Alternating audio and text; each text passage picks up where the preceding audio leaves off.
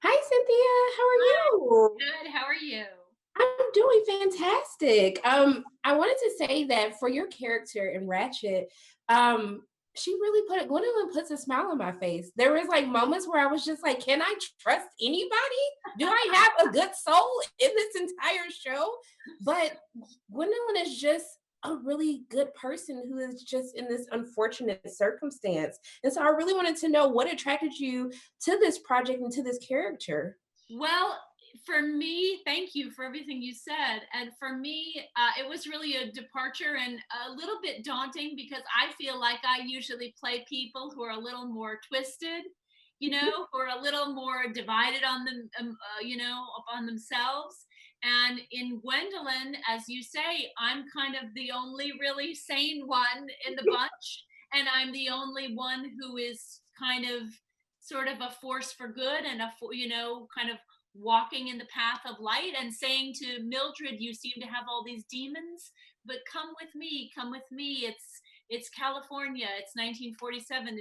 There's a whole beautiful world out there. You can be happy. I'm not sure what happened to you, but we can fix it. We can fix it if we can only talk about it. Also too with your character, I love that when we revisit time periods because I think we're in the like late 40s, early Yeah, yeah, 50s, yeah. and you play these roles, but your gender doesn't define who you are in this role. And with Gwendolyn, she is a career woman. You know, she is trying to climb the ladder and trying to follow her dreams in politics. And so I wanted to know also too, how is it to portray a character like that? Like you actually get to break the mold of where women were back then.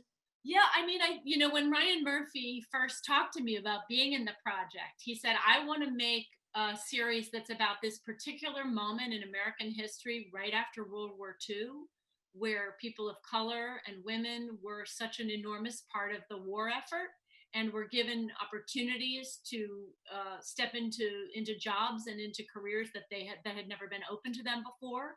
But as soon as the war ended, those doors slammed shut, and so for so many people there was a sense of I know now, I know firsthand that I could be doing those jobs, and you're not letting me. So to go back and look at this moment and look at the experience of those people and sort of center them in the center of the narrative and put them back in the story. I watched my wife and I watched the show with our 17-year-old son, and he said it's really creepy and eerie and it's like a film noir, but it's so interesting that it's in like bright technicolor. Yes. Right, and it makes it even creepier, and it made me think that it's like Ryan Murphy's way of saying this was supposed to be the golden heyday of America. This is the make America great that I think Trump is alluding to about going back to. But what I think our show is saying is beneath this very sunny, optimistic, colorful surface, right under that, the what's happening in America is really malevolent for so many people, and somehow the disjunct between the surface and the truth is just all the more jarring.